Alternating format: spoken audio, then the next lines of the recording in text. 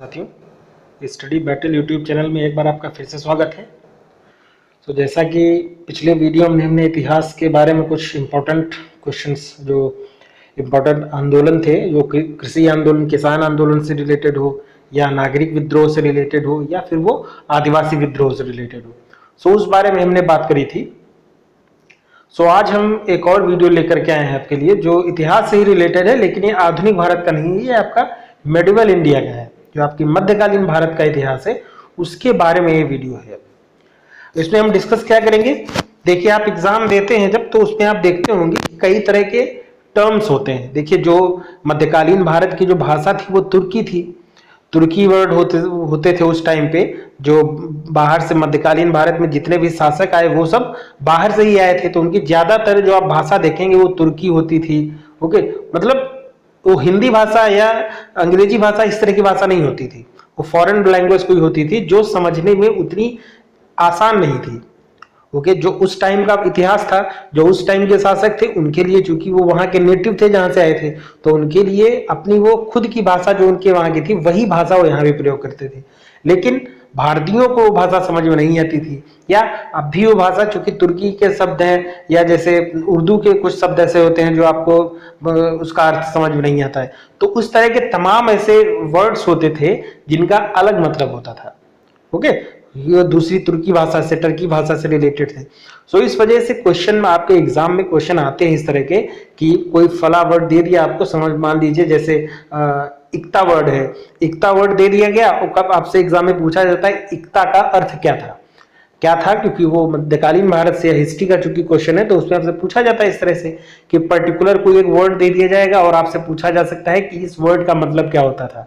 कभी कभी वो जो लोगों को पुरस्कृत करने की जो प्रथा थी उससे रिलेटेड वर्ड हो सकता था। ओके, लोगों को लगान जो टैक्स वसूला जाता था उससे रिलेटेड वर्ड हो सकता था। उपाधियां देने का जो सिस्टम था उस टाइम पे, तो उससे भी रिलेटेड वर्ड हो सकता है। सो इसलिए ये इंपॉर्टेंट वीडियो है। इस तरह के क्वेश्चन आप जनरली जब भी देखते होंगे, मध्यकालीन भारत से जब क्वेश्चन आता है तो उसमें पूछता है इस तरह से क्वेश्चन।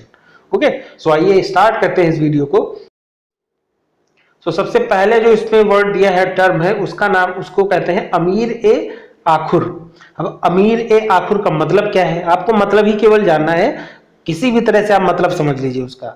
ओके, जैसे अमीर ए आखुर का मतलब है शाही घोड़ों का प्रभारी। जो उस समय घोड़े होते थे, उसमें नॉर्मल घोड़े भी होते थे और शाही घोड़े भी होते थे, तो शाही घोड़े का जो प्रभारी होता था या अमीर अधिकारी जो होता था, उसको अमीर ए आखुर कहते हैं। तो आप इसको किसी भी ट्रिक से या कैसे भी करके याद कर सकते हैं, कि चूंकि आमिर इसमें आ चुका है, तो आमिर से आप अमीर करके या कुछ भी करके याद कर सकते हो, क्योंकि आपके एग्जाम में आता है। ओके, और हैं इतने सारे हैं आपके, कम से कम 35-40 आपके ऐसे टर्म्स होंगे, तो आपको कुछ ना कुछ थोड़ा करके आपको रिवाइज करने पड़ेगा। सेकंड है अमीर ए हाजिब। अब देखिए, अमीर ए आखुर जो होता है, आखुर वो शाही घोड़ों का प्रभारी होता है, और अमीर ए हाजिब जो है वो शाही दरबार का प्रभारी होता है। ओके, तो शाही दरबार जो है उसका प्रभारी हाजिब हो जाएगा, और जो प्रभारी है, जो घोड़ों का प्रभारी है, शाही घोड़ों का प्रभारी, उसको हम आखुर बोल देंगे। ओके, आमिल का मतलब क्या होता है, जो रेवेन्यू, जो राजस्व जो जनरेट होता था, जो भी राजस्व, वो चाहे कर के वसूल रूप में मिलता हो, या व्यापार के वसूल, लगान मतलब व्यापार के थ्रू मिलता हो, या लगान के थ्रू जो लेते हैं जो राजस्व मिलता था, तो राजस्व को जो इकट्ठा करने का, राजस्व की देखभाल करने का जो अधिकारी होता था, उसको आमिल कहा जाता था। इक्ता बहुत इंपॉर्टेंट है। ओके, आपके एग्जाम में आपने देखा भी होगा कि एग्जाम्स में आते भी हैं इस तरह के क्वेश्चन। सो इक्ता का मतलब होता था कि गवर्नर पद, जो गवर्नर उस टाइम पे होता था, गवर्नर पद मध्यकालीन भारत में, उसको इक्ता कहा जाता था। ओके, या एक भूभाग के राजस्व का अनुदान। ओके, जो भूभाग होता था, एक कोई पर्टिकुलर लैंड का पार्ट है, उसके राजस्व का जो अनुदान, जो ग्रांट है, उसको भी इक्ता कहा जाता है, इक्ता कहा जाता था। ओके, उमरा का मतलब क्या है, उमरा जो है वो अमीर का बहुवचन है। जैसे अमीर का बहुवचन जो है उसको उमरा कहा जाता है। अमीर का अर्थ है शासक अथवा सेना नायक। अमीर का अर्थ जो होता था उस टाइम पे, वो रूलर जो होता था, या उसका जो सेनापति होता था, जो सेनानायक होता था। ओके, सो उमरा का मतलब हुआ अमीर का बहुवचन होता है, आप अमीर का बहुवचन जो है वो उमरा होता है, इस तरह से समझ लीजिए। कलंदर क्या है? अब कलंदर देखिए, ये फकीरों का एक वर्ग होता था, जो मुस्लिम फकीर थे उनका एक वर्ग होता था, और ये प्रायः अनएजुकेटेड होते थे, इलिटरेट होते थे, अशिक्षित होते थे। ओके, लेकिन निजी संपत्ति में विश्वास नहीं करते थे। मुस्लिम फकीरों का एक वर्ग है जो प्रायः अशिक्षित होते थे, निजी संपत्ति में लेकिन विश्वास नहीं करते थे। एक स्थान से दूसरे स्थान पर भ्रमण करते रहते थे, वह भिक्षाटन के जरिए अपनी गुजर बसर करते थे। सो कलंदर का मतलब है आप मुस्लिम फकीर समझ लीजिए इसको। ओके, और इनकी जो विशेषताएं थी, ये प्रायः अशिक्षित होते थे, निजी संपत्ति में विश्वास नहीं रखते थे, देशाटन करके या भिक्षाटन करके, मतलब भ्रमण करके, इधर उधर भिक्षा करके, भिक्षा मांग करके या भ्रमण करके अपना गुजर बसर करते थे। ओके, तो कलंदर का मतलब मुस्लिम फकीरों का समूह है, मुस्लिम फकीरों का वर्ग है। कारखाना, तो कारखाना से तो आप परिचित होंगे। कारखाने का मतलब हो गया कि वस्तुओं को उत्पादित करने का एक जगह है, आप मान लीजिए। तो राज्य के लिए आवश्यक वस्तुओं को उत्पादित अथवा एकत्रित करने के लिए शाही कारखाने अथवा प्रतिष्ठान। तो ये तो बहुत आसान है, इसमें आपको बहुत ज्यादा याद करने की जरूरत नहीं है। खराज देखिए, जो काफी इंपॉर्टेंट है, वो मैं ज्यादा फोकस करके बता रहा हूँ आपको, क्योंकि वो आपके एग्जाम में पूछे गए हैं या पूछे जाने के चांसेस हैं। ओके, खराज का क्या मतलब है? तो खराज जो होता था वो भी एक भू राजस्व होता था। ओके, एक अधीनस्थ शासक द्वारा पेश किया जाने वाला नजराना, खराज जिसको कहते हैं, भू राजस्व होता था। और ये कि जो अधीनस्थ मतलब सबऑर्डिनेट जो रूलर होता था, उसके द्वारा उच्च पद पे जो राजा होते थे, उच्च पद पे जो शासक था, उसको उपहार स्वरूप कुछ देने के लिए या उसको खुश करने के लिए कुछ नजराना जो देते थे, उसको खराज कहा जाता था। खानकाह, सो खानकाह जो है वो सूफियों का निवास स्थान है। जो सूफी संत थे उनका निवास स्थान था, लेकिन जमात खाने से अधिक बड़ा था। जो जमात खाना भी नीचे आएगा, उसको हम डिस्कस करेंगे। जमात खाने से थोड़ा बड़ा होता था, और ये सूफियों का निवास स्थान होता है। खालिशा, खालिशा जो है, जो आय से सीधे सुल्तान के हाथों में दी जाती थी। ओके, ऐसी मतलब आय, या जिसको हम कहते हैं पैसे, ऐसे पैसे जो सीधे सुल्तान के हाथों में दिए जाते थे, उनको खालिसा कहा जाता है। खिलअत, खिलअत जो है वो सम्मान सूचक पोशाक होती थी उस टाइम पे। ओके, जो सम्मान मतलब कुलीन वर्ग जो थे, उसके उनकी जो पोशाक था, उनको ये प्रदर्शित करता था खिलअत सॉरी। खूद का मतलब है, खूद जो ग्राम प्रधानों का वर्ग है। जो ग्राम प्रधान उस टाइम के होते थे, जो प्रांत होते थे, या जो छोटे छोटे वर्ग बनाए जाते थे, छोटे छोटे जिनको हम रहने के लिए बनाते थे आवास के लिए, तो उसमें जो छोटे छोटे गांव आप समझ लीजिए, तो उनके ग्राम प्रधानों का जो वर्ग था उसको खूत कहा जाता था। गुमास्ता जो है एजेंट अथवा प्रतिनिधि। ओके, जो किसी शासक के या किसी राजा के जो एजेंट होते थे, जो उनकी तरफ से काम करते थे, उनको जो है गुमास्ता कहा जाता था। चराई का मतलब आप समझते हैं, मवेशी पर लगाया जाने वाला एक तरह का कर है। ओके, जो पशु थे उस समय के, जो कैटल्स थे, उन पे लगाया जाने वाला एक तरह का टैक्स था, उसको चराई टैक्स कहा जाता था। जजिया कर, इससे तो आप परिचित ही हैं। जजिया के देखिए दो अर्थ हैं। एक तो दिल्ली सल्तनत के साहित्य में कोई भी ऐसा कर जो खराज अथवा भूमि कर नहीं है। ओके, खराज अभी हमने ऊपर डिस्कस किया। खराज देखिए क्या था यहाँ पे, अभी हमने डिस्कस किया, भू राजस्व एक तरह का था। ओके, अधीनस्थ को अपने अधीनस्थ शासक द्वारा पेश किया जाने वाला एक नजराना था। लेकिन जजिया में यह था कि इसके दो अर्थ हैं। तो एक तो था कि दिल्ली सल्तनत के जो साहित्य में कोई भी एक ऐसा कर जो खराज अथवा भूमि कर नहीं हो। खराज चूंकि आपका जो रेवेन्यू था, भू राजस्व था, वो या भूमि कर ना हो, उसके अलावा जो दिल्ली सल्तनत के साहित्य में दिया जाने वाला टैक्स था। ओके, और दूसरा इसका मतलब था शरीयत में। शरीयत मतलब गैर मुस्लिमों पर व्यक्तिगत एवं वार्षिक कर, ये ज्यादा टैक्स पड़ता था। जो शरीयत मतलब जो गैर मुसलमान थे, उन व्यक्तियों पर व्यक्तिगत एवं वार्षिक कर लगाया जाता था। ओके, इसी पे ज्यादा विरोध हुआ था। आपने पढ़ा होगा इतिहास में, जजिया कर पे जो है वो गैर मुसलमानों पर व्यक्तिगत भी था और ये वार्षिक कर भी था। व्यक्तिगत तौर पर तो देना ही पड़ता था और वार्षिक रूप में भी ये कर चुकाना पड़ता था। जवाबित जो है वो राजकीय कानून था। वहां का जो गवर्नमेंटल लॉ था, जो गवर्नमेंटल कानून था, उसको जो है जवाबित कहा जाता था। जागीर, जागीर आपको पता होगा, राज्य द्वारा एक सरकारी अधिकारी को दिया गया भूभाग, जिसको कहते हैं ना कि वो किसी की जागीर, तो जागीर का मतलब यही होता है कि जो स्टेट था, जो उस समय था प्रांत था, तो प्रांत द्वारा एक किसी सरकारी अधिकारी को दिया जाने वाला भूभाग, ओके, वो उपहार स्वरूप दिया जाता था या किसी काम से प्रसन्न होकर के दिया जाता था, लेकिन वो एक आपका जागीर इसी को कहा जाता था। अमीर दाद का क्या था?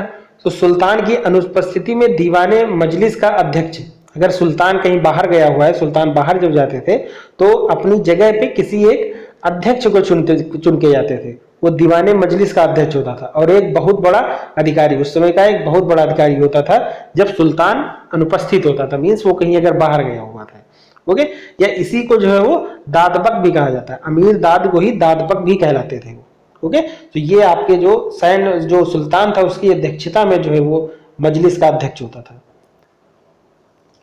इदरार, सो इदरार जो होता है वो विद्वानों तथा धार्मिक लोगों को दी जाने वाली एक आर्थिक सहायता थी। इदरार जैसे जो विद्वान होते थे या जो धार्मिक लोग होते थे, उनके कमाई का जरिया जो है वो केवल और केवल सीमित था, मतलब बहुत ज्यादा उनको कमाई नहीं हो पाती थी, तो उनको जो है एक अलग से आर्थिक सहायता देने के लिए एक जो अनुदान के टाइप से आप समझ लीजिए, ग्रांट की तरह से समझ लीजिए, या उनको आर्थिक मदद कह लीजिए, तो उसको इदरार कहा जाता है। ये किसको दी जाती थी? विद्वानों को और धार्मिक लोगों को। नेक्स्ट है आपका उस्र। उस्र देखिए, ये भी आपको पता होगा शायद कि इस्लामी राज्य में जो मुसलमानों की कृषि भूमि को उसरी भूमि कहते थे। जो इस्लामी राज्य में जो मुसलमानों की कृषि भूमि थी उसको उसरी भूमि कहते थे, ओके।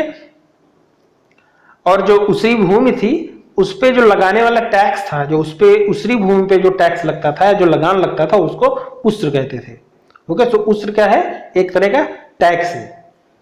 ये भी कभी कभी आपसे इस तरह से भी पूछा जा सकता है, जैसे पूछ लेगा उस्र था, मध्यकालीन भारत में प्रचलित शब्द उस्र क्या था? सो आपसे कह देगा कि वो एक उपाधि थी, या इस तरह के कोई भी आपके ऑप्शन दे सकता है, या एक तरह का उपहार था, उपाधि थी, या सजा थी, या टैक्स था, या जो भी इस तरह से क्वेश्चन आपके परमुटेशन कॉम्बिनेशन बन के कोई भी ऑप्शन आपको दिया जाएगा, लेकिन वो एक कर वाला भी ऑप्शन या लगान आपसे दिया जा सकता है ऑप्शन में।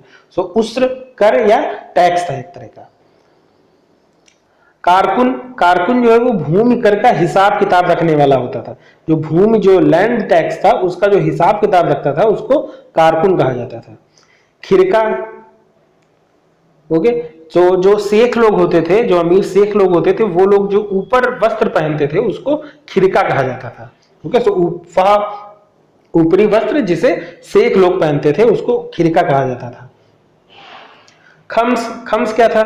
सो जब भी कोई लड़ाई होती थी, या मान लीजिए कोई जब युद्ध लड़ते थे, तो युद्ध लड़ने के बाद जब वो विरोधी पर जब विजय प्राप्त कर लेते थे तो उससे वो सामान लूटते थे, ओके। जब लड़ाई होती थी या युद्ध होता था तो उसमें वो सामान भी लूटते थे, या जो विरोधी सेना अगर पराजित हो गई तो उनका सामान वो लूट लेते थे।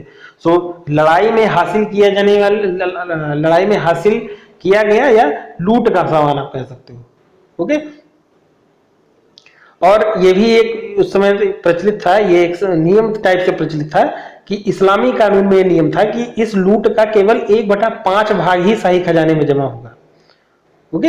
ये होता था कि जैसे जब युद्ध खत्म हुआ या युद्ध में अगर उन्होंने जीत लिया है विपक्ष को, सो इस्लामी कानून में ये था कि जो भी अमाउंट लूटा जाएगा, मान लीजिए कि जो भी अमाउंट हो, मान लीजिए 100 रुपए अगर लूटे गए हैं तो उसका 1/5 ही केवल जमा होगा, मीन्स केवल 20 रुपए ही वो शाही खजाने में जाएगा, बाकी जो शेष भाग है, बाकी जो 80 रुपए हैं वो आपके जो सैनिक थे, जो उस समय सैनिक थे, उनमें बांट दिया जाता था, ओके। तो ये आपको याद रखना है। खम्स जो था वो लड़ाई में हासिल किया जाने वाला, लड़ाई में हासिल किया गया लूट का सामान था, लेकिन उसका केवल 1/5 पार्ट, ओके। सो उसका केवल 5वां भाग ही शाही खजाने में जाता था, बाकी जो 1/4 भाग था आपका वो सैनिकों में बांट दिया जाता था। जकात, जकात जो है वो भी एक तरह का टैक्स था, ओके। जकात एक प्रकार का टैक्स था, कर था जो मुसलमानों को अपनी धन संपत्ति पर देना पड़ता था, ओके। यह कर मुसलमानी राज्य में भी केवल मुसलमानों से लिया जाता था, ओके। जो मुसलमानी राज्य थे और केवल मुसलमानों से टैक्स लिया जाता था। जिन वस्तु पर जकात लगता था उनमें सोना, चांदी, पशु तथा व्यापार आदि। कि जितना कुछ आप काम करते थे, जितना भी आप व्यापार करते थे, उस पे भी ये टैक्स लगता था। बाकी अगर आपके पास गहने जैसे सोना हो या चांदी हो, प्लस पशुओं पे भी, जो आपके पास जानवर हैं या पशु थे, उन पे भी ये टैक्स लगता था। ओके, और ये टैक्स केवल और केवल जो है मुसलमानी राज्यों में केवल मुसलमानों पर लगता था। ओके, सो जकात एक तरह का मुसलमानी टैक्स आप समझ लीजिए। धन संपत्ति पर टैक्स था। अब धन संपत्ति में वो किसी आपके गहनों की संपत्ति हो सकती थी, व्यापार से जो आपने पैसे कमाए उस पर संपत्ति हो सकती थी, या पशुपालन आप कर रहे थे, पशुओं को पाल रहे थे, उससे जो आपको अर्निंग्स हो रही थी तो उस पर भी टैक्स देना पड़ता था। तो जकात इस तरह का एक गैर मुसलमानी टैक्स था, सॉरी मुसलमानी टैक्स था। ओके, केवल मुस्लिम लोगों को ही देना होता था। नेक्स्ट है दबीर। दबीर जो होता था वो जो शाही पत्र व्यवहार के विभाग का एक अधिकारी होता था। जो पत्र व्यवहार था, शाही पत्र व्यवहार, उसके डिपार्टमेंट का एक अधिकारी होता था। ओके, और इस विभाग का जो अध्यक्ष होता था उसको दबीर खास कहा जाता था। ओके, तो यह किसी तरह का टैक्स नहीं है, दबीर जो है वो एक तरह का अधिकारी था। ओके, एक इस विभाग का जो शाही पत्र व्यवहार विभाग का अधिकारी जो है उसको दबीर खास कहा जाता था या दबीर खास कहा जाता था। ओके, सो इस तरह से भी आपसे पूछा जा सकता है, जैसे कि दबीर क्या था, मध्यकालीन भारत में प्रचलित शब्द दबीर क्या था। सो ऑप्शन में आप टिक करेंगे कि वो सैन्य जो विभाग का, पत्र व्यवहार विभाग का अध्यक्ष या दबीर खास कहलाता था। ओके, इस तरह से ऑप्शन में जो भी आपका हो। फवालिज या फालिज, फवालिज या फालिज। ओके, सो अधिशेष जो बचा हुआ भू राजस्व होता था, ओके, जो लैंड रेवेन्यू होता था या रेवेन्यू जो होता था भूमि से प्राप्त किया गया राजस्व, उसको फवाजिल या फाजिल कहा जाता था। मसाहत जो भूमि की पैमाइश था, मतलब पैमाइश का मतलब है उसका लेखा जोखा, मापन। जैसे भूमि का मापन करते थे ना कि कितनी, मतलब भूमि का जो माप कितनी लंबी है, कितनी चौड़ी है, या वर्ग फुट में, स्क्वायर फुट में, जिस भी उसमें आप मान लीजिए। लेकिन जो भूमि की पैमाइश, पैमाइश का मतलब होता है लेखा जोखा, नाप जोख। सो भूमि की जो नाप जोख होती थी उसको उस समय की भाषा में जो है वो मसाहत कहा जाता था। तो मसाहत क्या था, वो भूमि की पैमाइश थी। ओके, सो आपसे क्वेश्चन एग्जाम में जब आएगा तो इसी तरह से क्वेश्चन आपसे पूछे जाएंगे। जैसे मसाहत था, अब मसाहत क्या था, आपको ऑप्शन दिए रहेंगे उसमें भूमि की पैमाइश या भूमि का नाप या भूमि का लेखा जोखा, ऐसे कुछ भी ऑप्शन हो तो आप उसको मसाहत को टिक करेंगे। मिल्क क्या था, मिल्क जो था या अर्थ, इसका अर्थ होता था संपत्ति या प्रॉपर्टी। ओके, लेकिन ये लिमिटेड थी, इसको जो है दो लोगों पे लागू किया जाता था। जो धार्मिक लोग होते थे, मतलब धार्मिक कार्यों को जो लोग करते थे उनपे, प्लस जो विद्वान लोग थे। ओके, इसका अर्थ है संपत्ति, किंतु विद्वानों को तथा धार्मिक कार्यों के लिए प्रदान की जाने वाली भूमि ही मिल्क कहलाती थी। ओके, जो विद्वान थे या धार्मिक कार्यों के लिए प्रदान की जाने वाली भूमि जो थी उसको मिल्क कहा जाता था। ओके, और यह वंशानुगत थी। ओके, जैसे एक पीढ़ी से वो दूसरी पीढ़ी में कन्वर्ट हो जाएगी। जैसे एक पीढ़ी में टैक्स पड़ता था, या सॉरी, एक पीढ़ी में जो संपत्ति होती थी वो दूसरी संपत्ति में ट्रांसफर हो जाती थी, दूसरी से तीसरी संपत्ति में पीढ़ी में ट्रांसफर हो जाती थी। ओके, सो मिल्क जो थी वो एक तरह की भूमि थी। ओके, धार्मिक और जो विद्वानों को तथा धार्मिक कार्यों के लिए प्रदान की जाने वाली भूमि जो थी उसको मिल्क कहा जाता था। ओके, और यह वंशानुगत थी।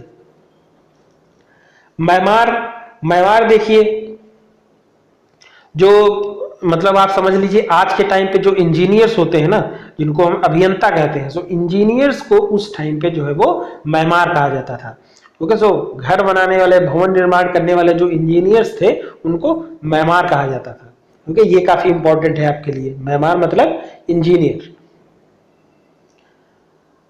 सहनये फील, तो सहनये फील जो था वो जो शाही हाथी होते थे, ओके, जो शाही हाथी होते थे उनके मैनेजमेंट को, उनका जो मैनेजमेंट था, मतलब उनके खाने पीने से लेके उनकी देख रेख करने के लिए जो अधिकारी नियुक्त होता था उसको सहनये फील कहा जाता था।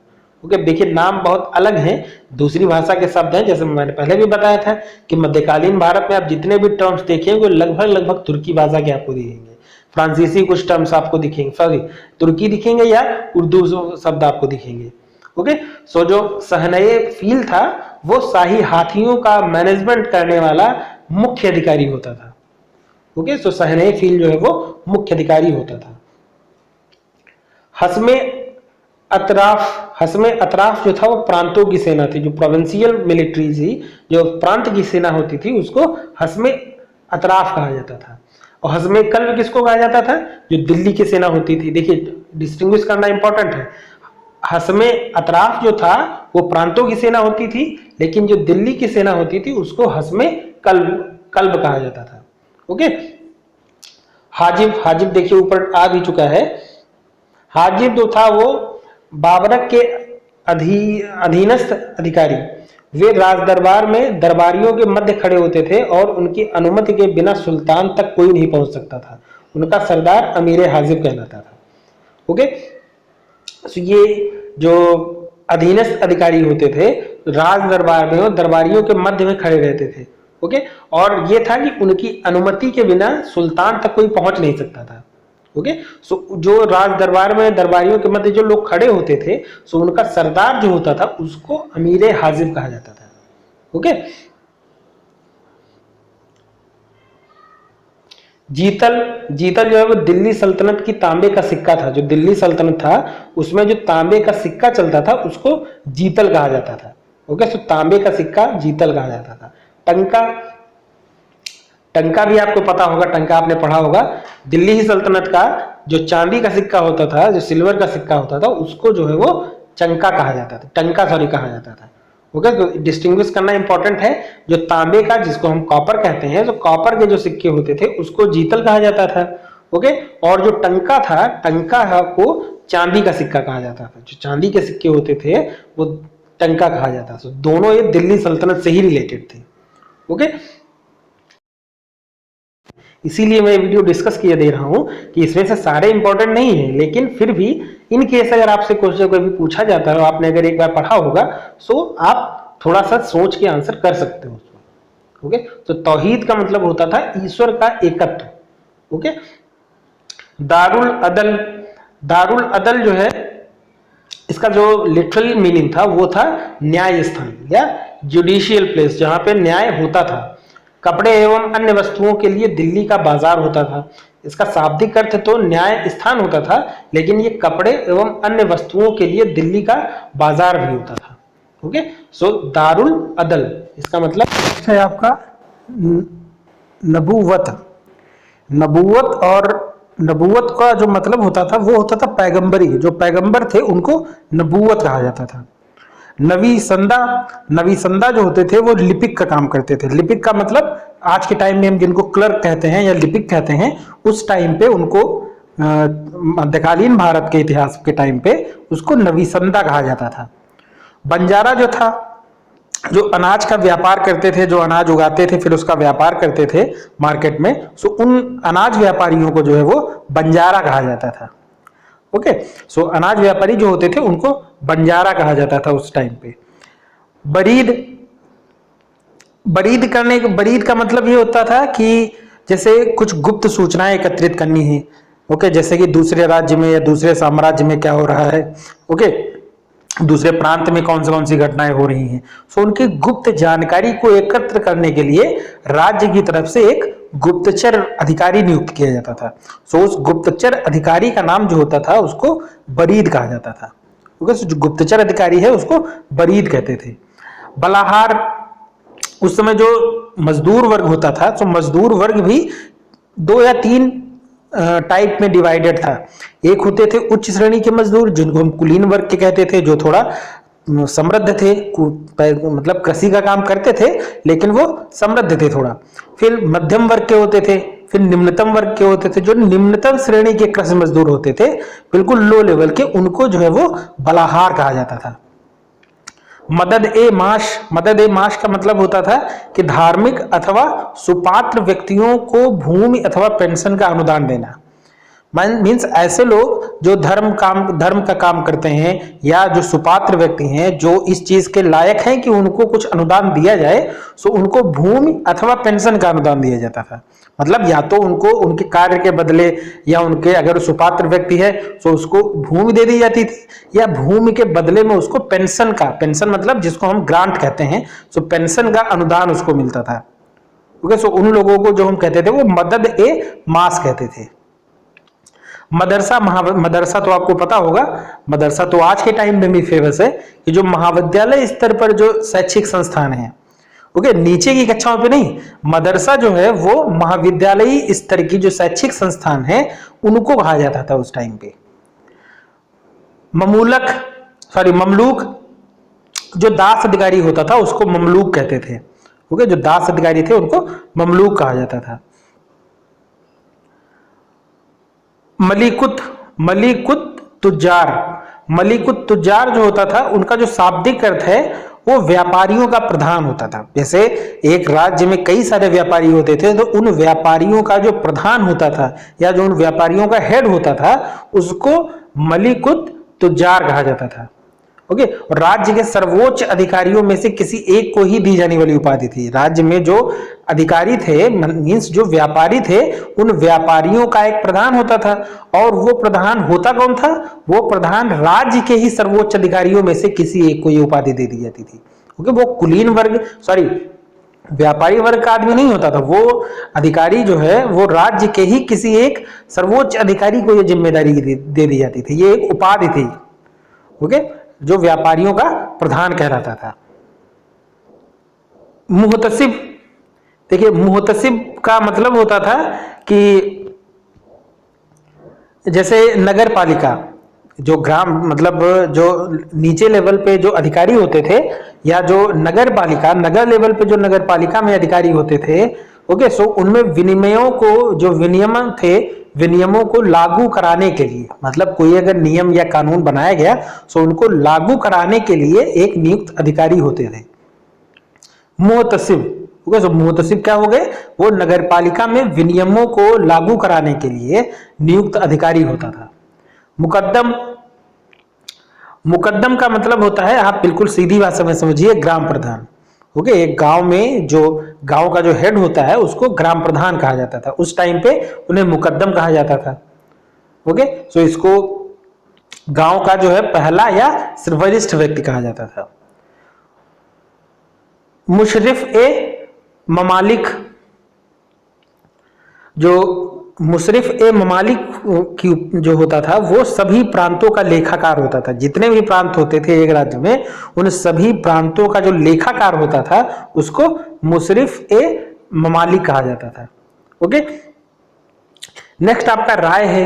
राय का मतलब होता था कि एक हिंदू सरदार जिसके पास प्रायः अपना भूक्षेत्र एवं अपनी सेना होती थी, मतलब एक बड़ा पद हुआ। आप अगर तब के हिसाब से देखिए तो बहुत बड़ा पद हुआ। राय का मतलब ये होता था कि वो हिंदू होना चाहिए, हिंदू सरदार जिसके पास अपनी भूक्षेत्र हो, मीन्स उसके पास अपनी खुद की जमीन हो, प्लस उसके पास अपनी सेना हो एक। ओके, ऐसे व्यक्तियों को, ऐसे लोगों को राय कहा जाता था। वजह को उस टाइम पे मुद्रा या वेतन कहा जाता था, कि मतलब जो भी काम कराया गया, जो भी काम किया आपने, तो उसके एवज में आपको जो मुद्रा मिली, या मतलब आपका मेहनताना मुद्रा के रूप में मिलेगा या वेतन के रूप में मिलेगा, मतलब उसका एक ही था। और उसको उस टाइम पे क्या कहते थे? उसको वजह कहते थे। ओके, और जो वजहदार का मतलब हो गया जो वेतन भोगी अधिकारी या वेतन भोगी कर्मचारी, उसको वजहदार कहते थे। सहना, जो कानून की व्यवस्था होती थी, कानून व्यवस्था में एक पुलिस प्रधान होता था। ओके, पुलिस की व्यवस्था जो देखते थे, जो कानून की व्यवस्था देखते थे, तो उसमें जो पुलिस प्रधान होता था, पुलिस का जो प्रधान, उसको सहना कहा जाता था। ओके, और सहना ए मंडी। ओके, सो सहना केवल अगर आएगा तो वो पुलिस प्रधान हो जाएगा, लेकिन सहना ए मंडी का मतलब हुआ कि जो अनाज मंडी थी, जहां पे सारा अनाज का व्यापार होता था, सो उसका प्रभारी अधिकारी। ओके, सो सहना ए मंडी का मतलब हो जाएगा जो अनाज मंडी का प्रभारी होता था। सदा का मतलब शाब्दिक अर्थ अगर देखा जाए तो उसका मतलब था 100। ओके, तो सदा अमीर इस पद का अर्थ था। मतलब ऐसा अधिकारी जो लगभग 100 गांवों वाले भूक्षेत्र का नियंत्रण करता था। तो सदा का मतलब आप इससे केवल याद रखिए 100। ओके, या सदा का अर्थ हुआ कि ऐसा अधिकारी जो लगभग 100 गांव, 100 मतलब 100 ही हुआ, 100 गांव वाले जो भूक्षेत्र था उसका नियंत्रण करता था। तो सदा मतलब 100। जो सूफियों का विशिष्ट संगीत उस समय होता था, जो सूफी संत होते थे उन लोगों का जो विशिष्ट संगीत होता था उसको समा कहते थे। ओके, समा तो आज भी कहा यूज होता है वर्ड, जैसे कहते नहीं कि कोई संगीत समारोह हो रहा है तो कहते थे कि आपने तो ऐसा प्रोग्राम करा के समा बांध दिया, ऐसा गाना गाया कि समा बांध दी। तो समा का मतलब होता है सूफियों का विशिष्ट संगीत, उस टाइम पे इसका मतलब ये था। सराय अदल का मतलब होता था कपड़े एवं अन्य विशिष्ट वस्तुओं के विक्रय हेतु दिल्ली में अलाउद्दीन खिलजी का बाजार को दिया गया नाम। ओके, अब इसमें तो नाम ही स्पेसिफाई कर दिया है कि अलाउद्दीन खिलजी द्वारा यह व्यवस्था शुरू की गई, और कहां पे? दिल्ली में। ओके, तो दिल्ली में कपड़े एवं अन्य जो विशिष्ट वस्तुएं, जो आवश्यक वस्तुएं, विशिष्ट वस्तुएं थी, उनको खरीदने बेचने के लिए अलाउद्दीन खिलजी ने इस बाजार, इसको एक बाजार मतलब बाजार है एक। ओके, तो सराय अदल जो है वो एक बाजार है। ओके, सर्राफ का मतलब है महाजन या मुद्रा विनिमय करता, जो मुद्रा का विनियमन करता था उस टाइम पे, उसको सर्राफ कहा जाता था। ओके, तो ये कुछ आपके इंपॉर्टेंट टर्म्स हुए, टर्मिनोलॉजी हुई या शब्दावली हुई जो आपके एग्जाम में जनरली पूछी जाती है। इसमें से सारे तो इंपॉर्टेंट नहीं है, लेकिन कुछ बहुत सारे इसमें हैं जो काफी इंपॉर्टेंट है, कई बार आए हुए हैं। ओके, सो अगर आप इसको एक बार रिवाइज कर लेंगे सो आप कंफर्म हो जाएंगे। कंफर्मेशन मतलब आप अच्छे से कर लोगे, रिवाइज कर लोगे, तो जब कभी भी एग्जाम में आएगा सो आप कर लोगे उसमें से। Okay, thank you.